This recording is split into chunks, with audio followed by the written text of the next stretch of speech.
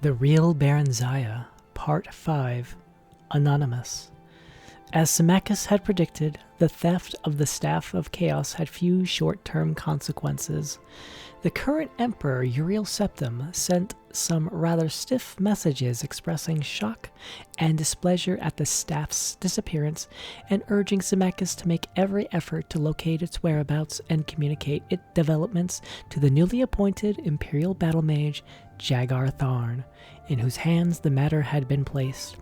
Tharn, Symmachus thundered in disgust and frustration as he paced about the small chamber where Barenziah, now some months pregnant, was sitting serenely embroidering a baby blanket. Jagar Tharn indeed. I wouldn't give him directions for crossing the street, not if he were a doddering old blind sot. What have you against him, love? I just don't trust that mongrel elf. Part dark elf, part high elf, and part the gods only know what. All the worst qualities of all his combined bloods, I'll warrant. He snorted. No one knows much about him. Claims he was born in southern Valenwood of a wood elven mother. Seems to have been everywhere since. Barenziah, sunk in the contentment and lassitudes of pregnancy, had only been humoring Symmachus thus far. But now she suddenly dropped her needlework and looked at him. Something had piqued her interest. Symmachus, could this Jagar Tharn have been the nightingale disguised? Symmachus thought this over before replying. Nay, my love, human blood seems to be the one missing component in Tharn's ancestry.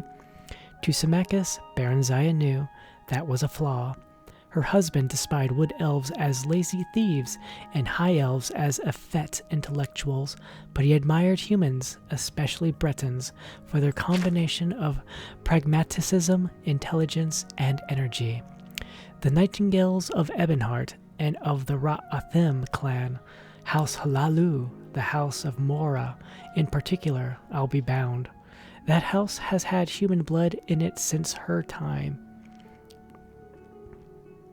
Ebonheart was jealous that the staff was laid here where Tiber Septim took the horn of summoning from us. Barenziah sighed a little. The rivalry between Ebonheart and Mournhold reached back almost to the dawn of Morrowind's history. Once the two nations had been one, all the lucrative mines held in fief by the Rathathims, whose nobility retained the high kingship of Morrowind. Ebonheart had split into two separate city-states, Ebonheart and Mournhold, when Queen Lianne's twin sons, grandsons of the legendary King Morelin, were left as joint heirs. At about the same time, the office of High King was vacated in favor of a temporary war leader to be named by a council in times of provincial emergency. Still, Ebonheart remained jealous of her prerogatives as the eldest city-state of Morrowind. First among equals was the phrase its rulers often quoted, and claimed that rightful guardianship of the Staff of Chaos should have been entrusted to its ruling house. Mournhold responded that King Morelin himself had placed the staff in the keeping of the god Ethen, and Mournhold was unarguably the god's birthplace. Why not tell Jagar Tharn of your suspicions, then? Let him recover the thing. As long as it's safe, what does it matter who recovers it and where it lies?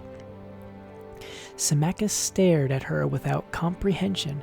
It matters, he said softly after a while, but I suppose not that much. Aye, he added, certainly not enough for you to concern yourself further with it. You just sit there and tend to your... And here he smiled at her wickedly. Embroidery. Barenziah flung the sampler at him. It hit Symmachus square in the face, needle, thimble, and all. In a few more months, Barenziah gave birth to a fine son, whom they named Helseth.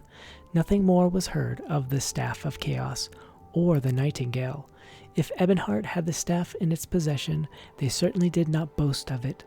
The years passed swiftly and happily. Helseth grew tall and strong. He was much like his father, whom he worshipped. When Helseth was 8 years old, Barenziah bore a second child, a daughter to Symmachus's lasting delight. Helseth was his pride, but little Morgaya, named for Symmachus' mother, held his heart. Sadly, the birth of Morgaya was not the harbinger of better times ahead. Relations with the empire slowly deteriorated for no apparent reason. Taxes were raised and quotas increased with each passing year. Symmachus felt that the emperor suspected him of having a hand in the staff's disappearance and sought to prove his loyalty by making every effort to comply with the escalating demands. He lengthened working hours and raised tariffs, and even made up some of the difference from both the royal eschequia and their own private holdings. But the levies multiplied, and commoners and nobles alike began to complain. It was an ominous rumble. "I want you to take the children and journey to the imperial city," Symmachus said at last, in desperation one evening after dinner. "You must make the emperor listen, else all Mournhold will be up in revolt come spring." He grinned forcibly. "You have a way with men, love. You always did." Barenziah forced a smile of her own. "Even with you, I take it. Yes, especially with me," he acknowledged amiably. "Both children?" Barenziah looked over toward a corner window, where Healthseth was strumming a lute and crooning a duet with his little sister. Healthseth was 15 by then, Morgaya 8. They might soften his heart. Besides, it's high time Healthseth was presented before the imperial court. "Perhaps, but that's not your true reason." Barenziah took a deep breath and grasped the nettle. "You don't think you can keep them safe here? If that's the case, then you're not safe here either. Come with us," she urged. He took her hands in his. "Barenziah, my love, heart of my heart, if I leave now, there'll be nothing for us to return to. Don't worry about me. I'll be all right. I can take care of myself, and I can do it better if I'm not worrying about you or the children." Barenziah laid her head against his chest. "Just remember that we need you. I need you. We can do without the rest of it if we have each other. Empty hands and empty bellies are easier to bear than an empty heart." She started to cry, thinking of the nightingale and that sordid business with the staff. "My foolishness has brought us to this pass." He smiled at her tenderly. "If so, 'tis not a bad place to be." His eyes rested indulgently on the children. "None of us shall ever go without or want for anything. Ever. Ever, my love, I promise you. I cost you everything once, Barenziah. I and Tiber Septim. I. Without my aid, the empire would never have begun. I helped its rise." His voice hardened. I can bring about its fall.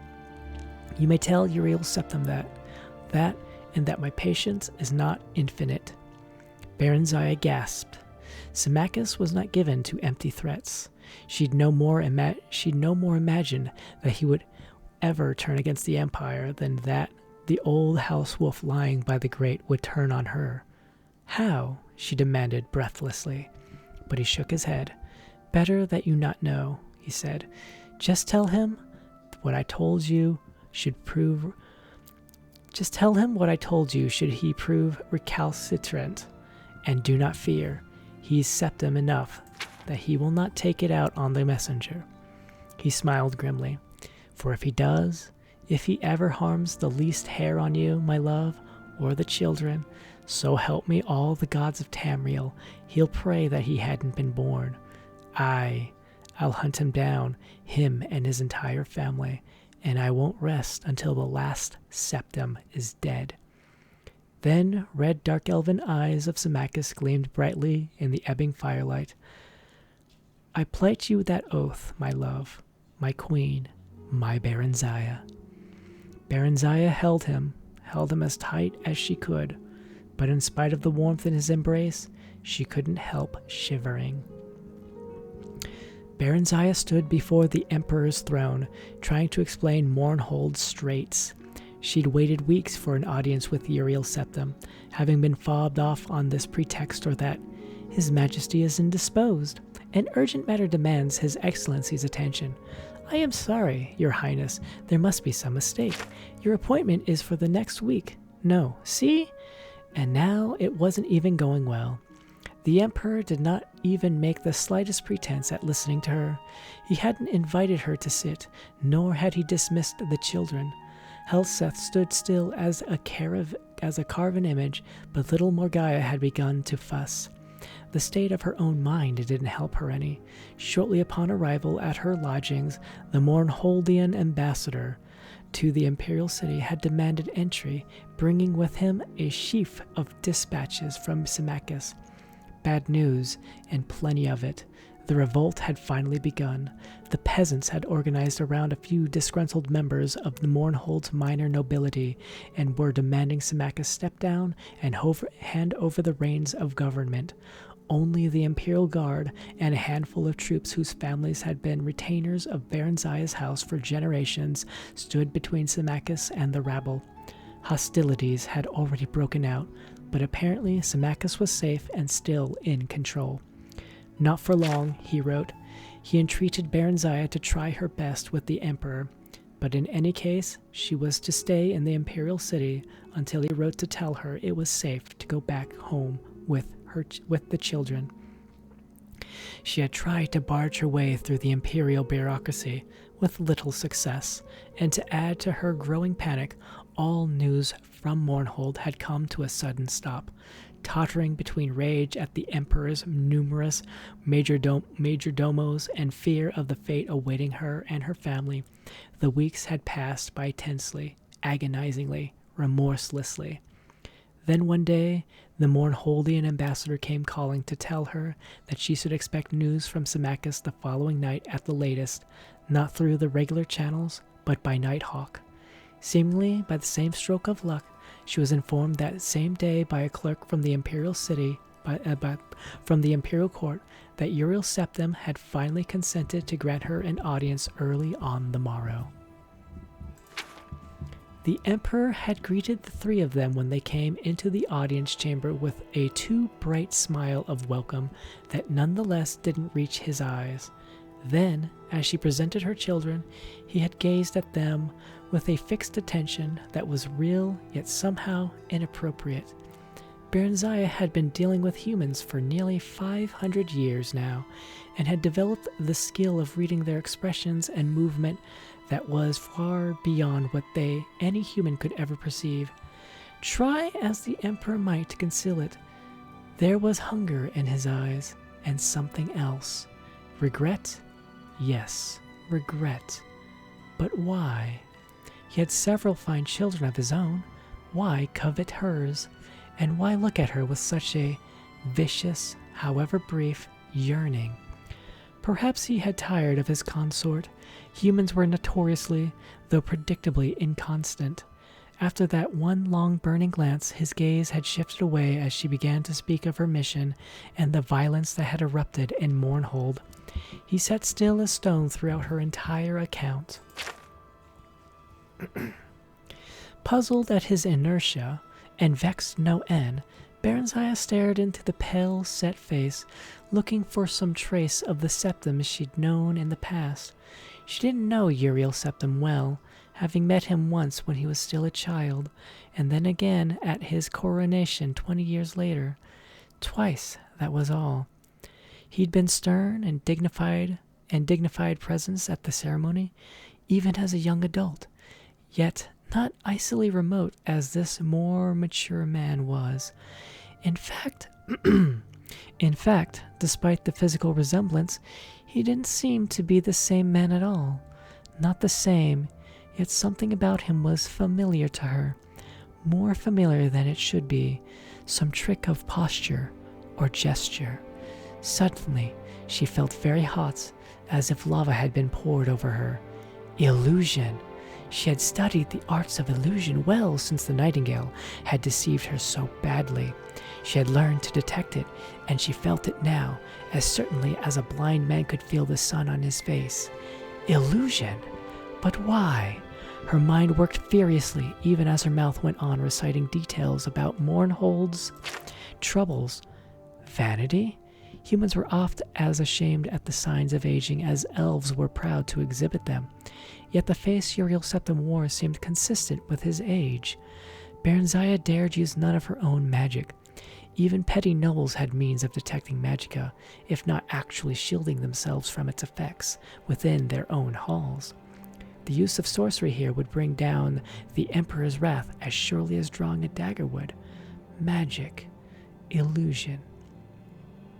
Suddenly, she was brought to mind of the nightingale, and then he was sitting before her. Then the vision changed, and it was Uriel Septim. He looked sad, trapped, and the vision faded once more, and another man sat in his place, like the nightingale, and yet unlike. Pale skin, bloodshot eyes, elven ears, and about him a fierce glow of concentrated malice, an aura of eldritch energy, a horrible, destructive shimmer. This man was capable of anything. And then, once again, she was looking into the face of Uriel Septim. How could she be sure she wasn't imagining these things? Perhaps her mind was playing tricks on her. She felt a sudden vast weariness, as if she'd been carrying a heavy burden too long and too far. She decided to abandon her earnest narrative of Mournhold's ills, as it was quite plainly getting her nowhere, and switched back to pleasantry. Pleasantry, however, with a hidden agenda. Do you remember, sire, Symmachus and I had dinner with your family shortly after your father's coronation. You were no older than tiny Morgaya here. We were greatly honored to be the only guests that evening, except for your best friend Justin, of course. Ah, yes, the Emperor said, smiling cautiously. Very cautiously. I do believe I recall that. You and Justin were such friends, your majesty. I was told he died not long after. A great pity. Indeed, I still do not like to speak of him. His eyes turned blank, or blanker, if it had been possible. As for your request, milady, we shall take it under advisement and let you know. Barenziah bowed, as did the children. A nod from the Emperor dismissed them, and they backed away from the imperial presence. She took a deep breath when they emerged from the throne room. Justin had been an imaginary playmate, although young Uriel had insisted a place be set for Justin at every meal. Not only that, Justin, despite the boyish name, had been a girl. Symmachus had kept up the joke long after she had gone the way of imaginary childhood friends. Inquiring after Justin's health whenever he and Uriel Septim met, and being responded to in as mock serious a fashion. The last Barenziah had heard of Justin, several years ago, the Emperor had evidently joked elaborately to Symmachus that she had met an adventurous, though incorrigible Khajiit youth, married him, and settled down in Lalandril to raise fire ferns and mugworts. The man sitting on the Emperor's divan was not Uriel Septim. The nightingale? Could it be? Yes, yes. A chord of recognition rang through her, and Barenziah knew she was right. It was him. It was the nightingale, masquerading as the Emperor. Symmachus had been wrong, so wrong. What now, she wondered frantically. What had become of Uriel Septim? And more to the point, what did it mean for her and Symmachus and all of Mournhold? Thinking back, Barenziah guessed that their troubles were due to this false emperor, this nightingale-spawned glamour, or whatever he really was. He must have taken Uriel Septim's place shortly before the unreasonable demands on Mournhold had begun. That would explain why relations had deteriorated for so long, as humans reckoned the time, long after her disapproved liaison with Tiber Septim. The nightingale knew of Symmachus's famed loyalty to and knowledge of the Septim house, and was effecting a preemptive strike. If that were the case, they were all in terrible danger. She and the children were in his power here in the imperial city, and Symmachus was left alone to deal with the troubles of the nightingales brewing in Mournhold. What must she do? Barenziah impelled the children ahead of her, a hand on each shoulder, trying to stay cool, collected, her ladies-in-waiting and personal knight's escort trailing behind. Finally, they reached their waiting carriage. Even though their suite of rooms was only a few blocks from the palace, royal dignity forbade travel on foot for even short distances, and for once Barenziah was glad of it. The carriage seemed a kind of refuge now, false as she knew the feeling must be. A boy dashed up to one of the guards and handed him a scroll, then pointed toward the carriage. The guard brought it to her. The boy waited, eyes wide and shining. The epistle was brief and complimentary, and simply inquired of King Aedwire of Wayrus of the province of High Rock might be granted an audience with the famed Queen Barenziah of Mournhold, as he had heard much of her and would be pleased to make her acquaintance. Barenziah's first impulse was to refuse. She wanted only to leave this city. Certainly she had no inclination toward any dalliance with the dazzled human. She looked up, frowning, and one of the guards said, "Milady, the boy says his master awaits your reply yonder." He looked in the direction indicated and saw a handsome elderly man on horseback, surrounded by a half-dozen courtiers and cavaliers. He caught her eye and bowed respectfully, taking off a plumed hat. "Very well," Barenziah said to the boy on impulse. "Tell your master he may call on me tonight after the dinner hour."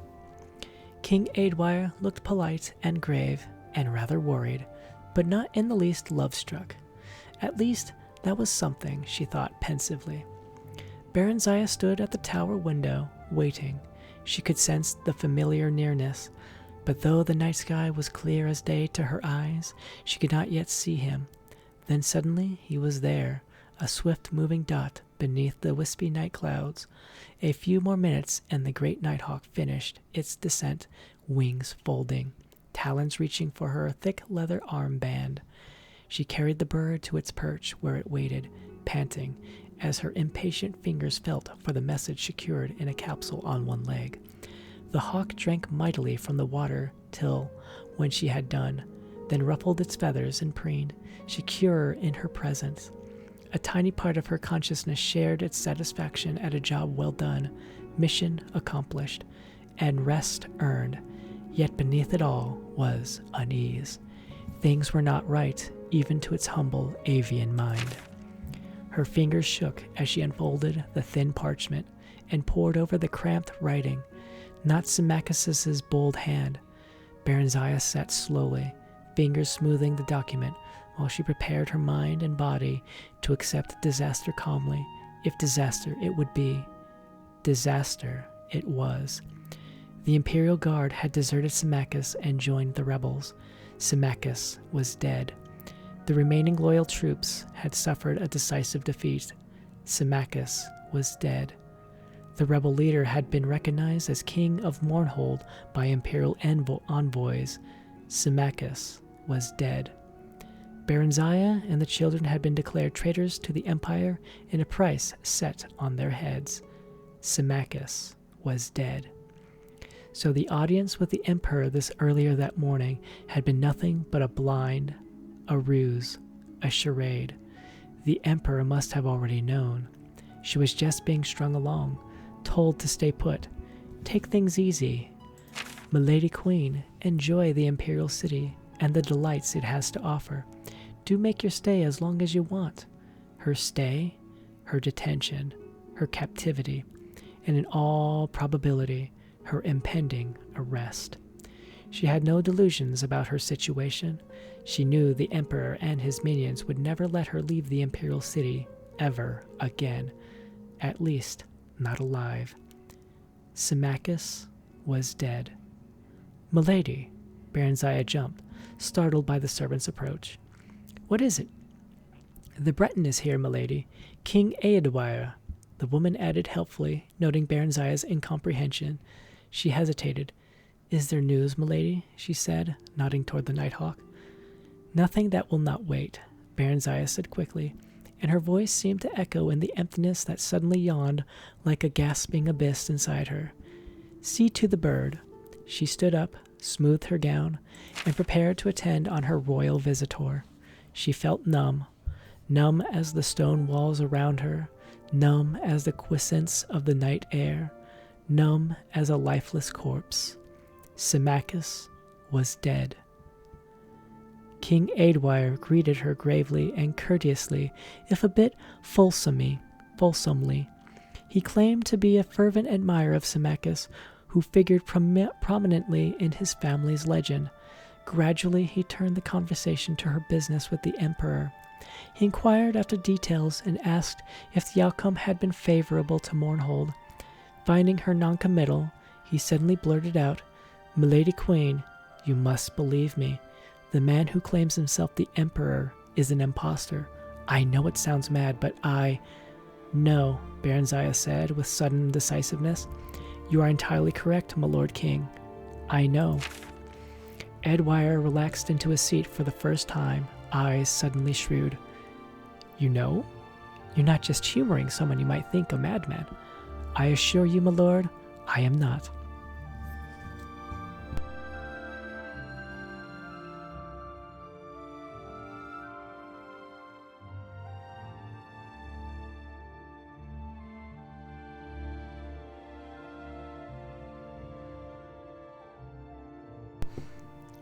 She took a deep breath. And who do you surmise is dissembling as the Emperor? The Imperial Battle Mage, Jagar Thorn. Ah, my lord king, have you perchance heard of someone called the Nightingale? Yes, milady, as a matter of fact I have. My allies and I believe him to be the one and the same man as the renegade Thorn. I knew it. Barenziah stood up and tried to mask her upheaval. The Nightingale, Jagar Thorn. Oh, but the man was a demon, diabolical and insidious, and so very clever. He had contrived their downfall seamlessly, perfectly. Symmachus, my Symmachus. Eadwire coughed diffidently. Milady, we need your aid. Barenziah smiled grimly at the irony. I do believe I should be the one saying those words, but go on, please. Of what assistance might I be, my lord king? Quickly, the monarch outlined the plot. The mage, Raya Silmain, of late apprentice to the vile Jagarthorn, had been killed and declared a traitor by the false emperor, yet she had retained a bit of her powers and could still construct a few of those she had known well on the mortal plane. She had chosen a champion who would undertake to find the Staff of Chaos, which had been hidden by the traitorous sorcerer in an unknown site. This champion was to wield the staff's power to destroy Jagarthorn, who was otherwise invulnerable, and rescue the true emperor being held prisoner in another dimension. However, the champion, while thankfully still alive, now languished in the imperial dungeons. Thorn's attention must be diverted while the Chosen One gained freedom with Raya's spirits' help. Barenziah had the false emperor's ears and seemingly his eyes. Would she provide the necessary distraction? I suppose I could obtain another audience with him, Barenziah said carefully. But would that be sufficient? I must tell you that my children and I have just recently been declared traitors to the Empire. In Mournhold, perhaps, milady, and Morrowind. Things are different here in the Imperial City and the Imperial Province. The same administrative morass that makes it near impossible to obtain an audience with the Emperor and his ministers also quite assures that you would never be unlawfully imprisoned or otherwise punished without benefit of due legal process. In your case, milady, and your children's, the situation is further exacerbated by your royal rank. As queen and heirs apparent,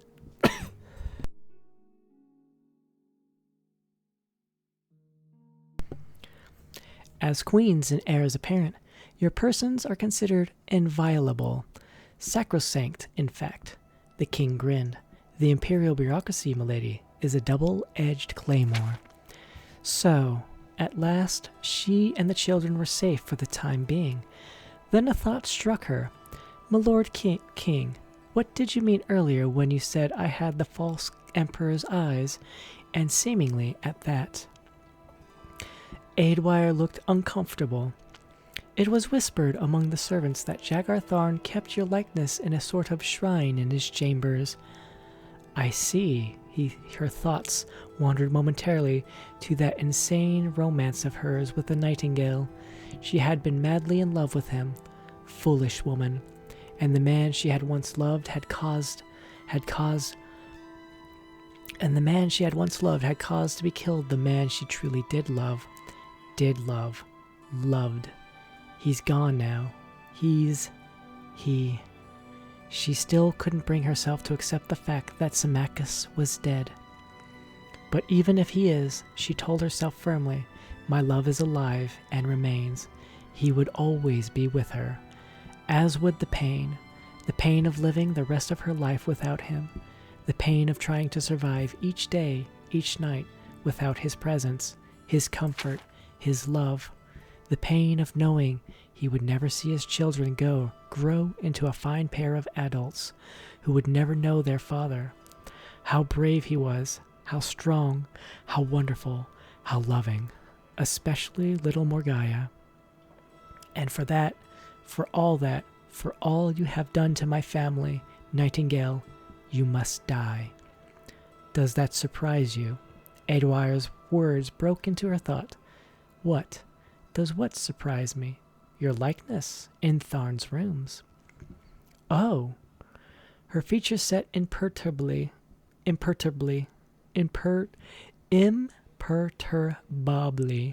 Yes and no.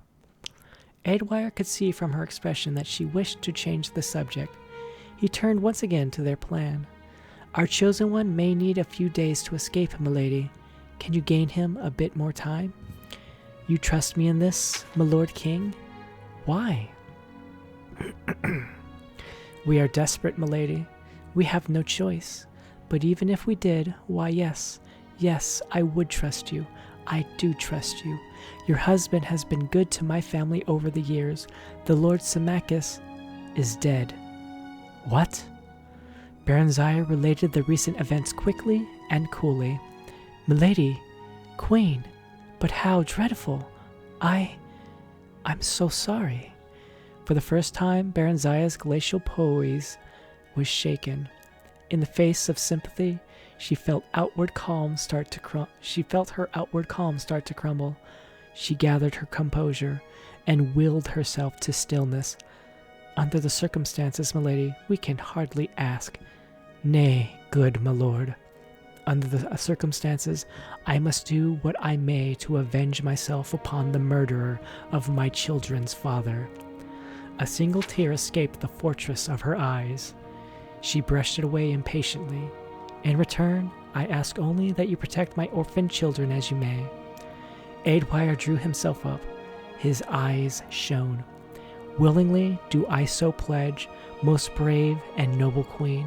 The gods of our beloved land, indeed Tamriel itself, be my witnesses. His words touched her absurdly, yet profoundly. I thank you from my heart and my soul, good my lord King Edwire. You have mine and my children's everlasting gratitude. She broke down.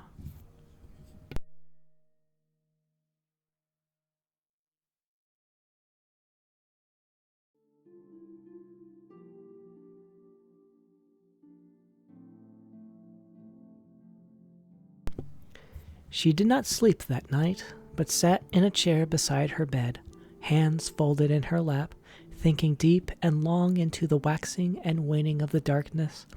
She would not tell the children, not yet, not until she must. She had no need to seek another audience with the Emperor. A summons arrived at first light. She told the children she expected to be gone a few days, bade them give the servants no trouble, and kissed them goodbye. Morgaya whimpered a bit. She was bored and lonely in the imperial city.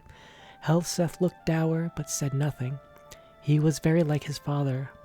His father. At the imperial palace, Barenziah was escorted not into the great audience hall, but to a small parlor where the emperor sat at a solitary breakfast. He nodded a greeting and waved his hand toward the window. Magnificent view, isn't it? Barenziah stared out over the towers of the great city. It dawned on her that this was the very chamber where she'd first met Tiber Septim all those years ago, centuries ago. Tiber Septim, another man she had loved. Who else had she loved? Symmachus, Tiber Septim, and Straw. She remembered the big blonde stable boy with sudden and intense affection. She never realized it till now, but she had loved Straw. Only she had never let him know. She had been so young then. Those had been carefree days, halcyon days, before everything, before all this, before him. Not Symmachus, the nightingale. She was shocked in spite of herself. The man could still affect her, even now. Even after all that had happened, a strong wave of inchoate emotion swept over her.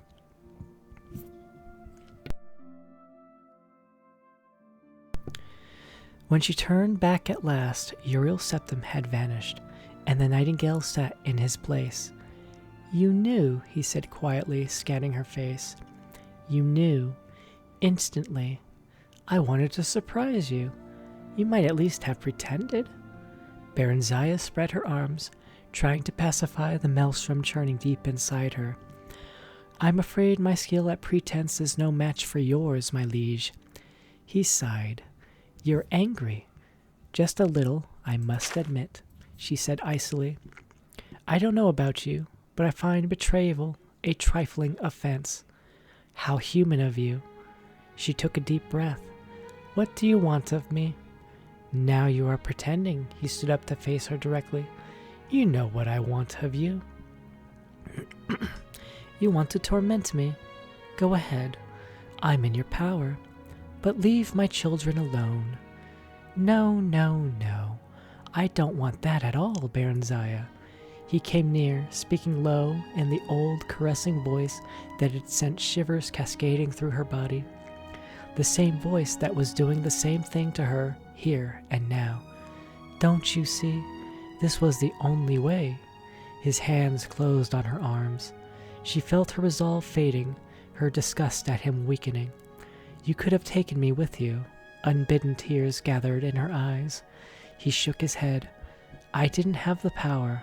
Ah, but now, I have it all. Mine to have, mine to share, mine to give, to you." He once more waved his hand toward the window and the city beyond. "All Tamriel is mine to lay at your feet, and that is only the beginning." "It's too late, too late. You left me to him. He's dead, the peasant's dead.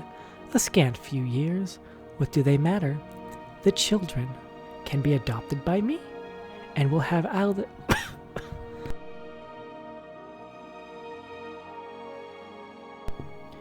and we'll have others together, Barenziah. Oh, and what children they'll be, with things we shall pass on to them, your beauty and my magic.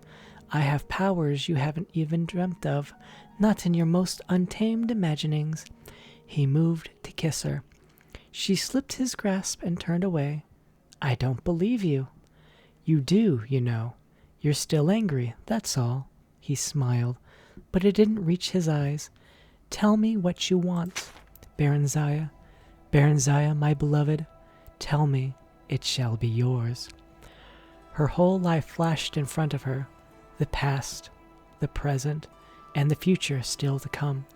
Different times, different lives, different Barenziahs. Which one was the real one? Which one was the real Barenziah? For by that choice she would determine the shape of her fate. She made it. She knew. She knew who the real Barenziah was and what she wanted. "A walk in the garden, my liege," she said. "A song or two, perhaps." The nightingale laughed. "You want to be courted. And why not? You do it so well.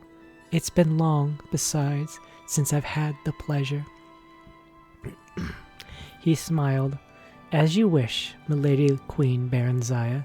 Your wish is my command."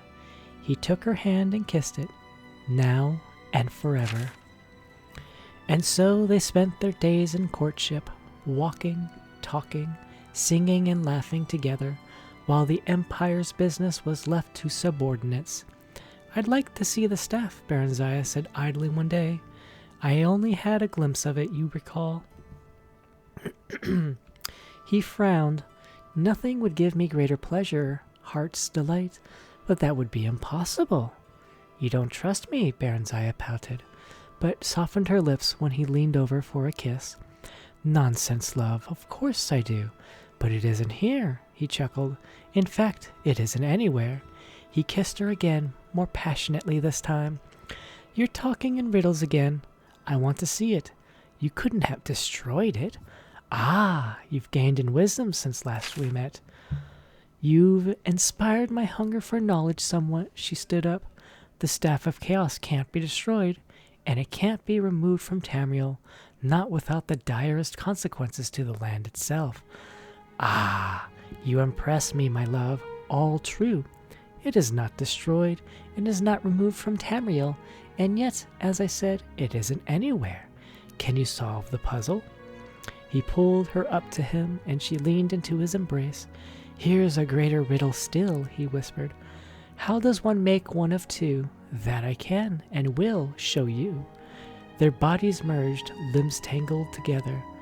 Later, when they had drawn a bit apart and she lay dozing, she thought sleepily, "One of two, two of one, three of two, two of three. What cannot be destroyed or banished might be split apart, perhaps." She stood up, eyes blazing.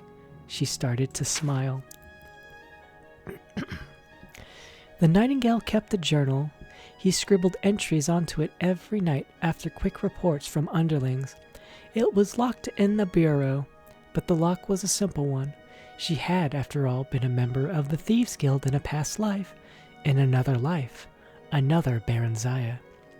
One morning, Barenziah managed to sneak a quick look at it while he was occupied at his toilet. She discovered that the first piece of the Staff of Chaos was hidden in an ancient dwarven mine called Fanglair, although its location was given only in the vaguest of terms. The diary was crammed with jotted events in an odd shorthand and was very hard to decipher.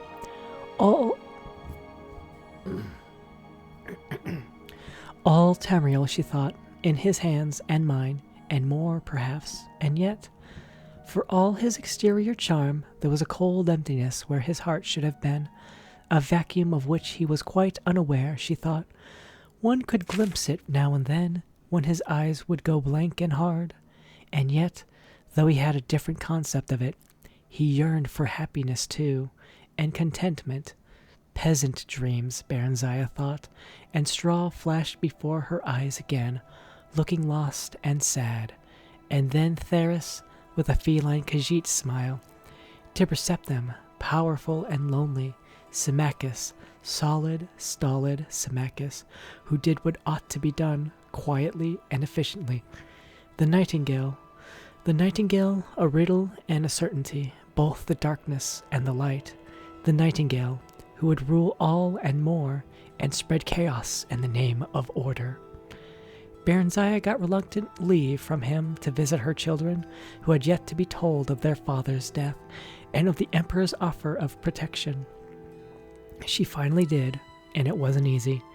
Morgaya clung to her for what seemed an era, sobbing wretchedly, while Helseth ran off into the garden to be alone, afterward refusing all her attempts to speak to him on the subject of his father, or even to let her hold him to her breast.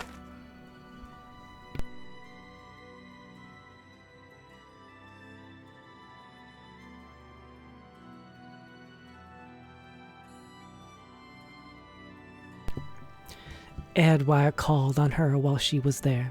She told him what she had discovered so far, explaining that she must remain a while yet and learn more as she could. The nightingale teased her about her elderly admirer. He was quite aware of Edwire's suspicion, but he wasn't the least bit perturbed, for no one took the old fool seriously. Barenziah even managed to arrange a reconciliation of sorts between them.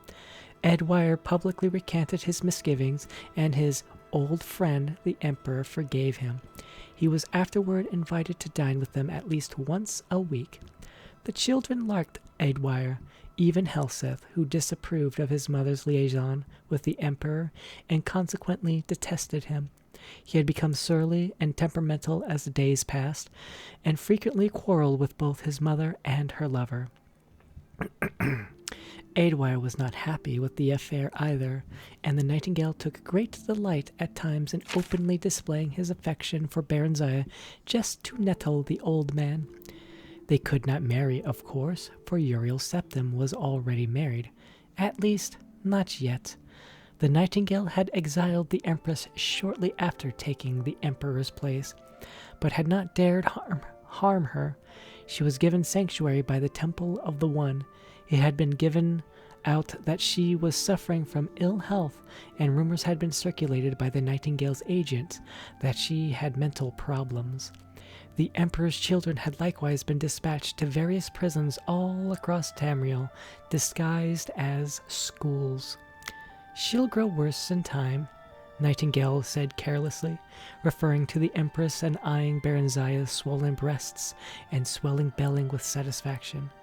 "As for their children, well, life is full of hazards, isn't it? We'll be married. Your child will be my true heir." She did want the child. Barenziah was sure of that. She was far less sure, however, of his feelings for her. They argued continually now, often violently, usually about Helseth, whom he wanted to send away to school in Somerset Isle, the province farthest from the imperial city. Barenziah made no effort to avoid these altercations. The Nightingale, after all, had no interest in a smooth, unruffled life, and besides, he thoroughly enjoyed making up afterwards. Occasionally, Barenziah would take the children and retreat to their old apartment, declaring she wanted no more to do with him. But he would always come to fetch her back, and she would always let herself be fetched back. It was ineffable, like the rising and setting of Tamriel's twin moons.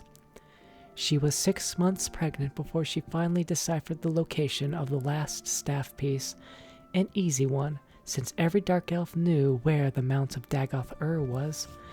When she next quarreled with the Nightingale, she simply left the city with Eadwire and rode hard for High Rock and Wayrest.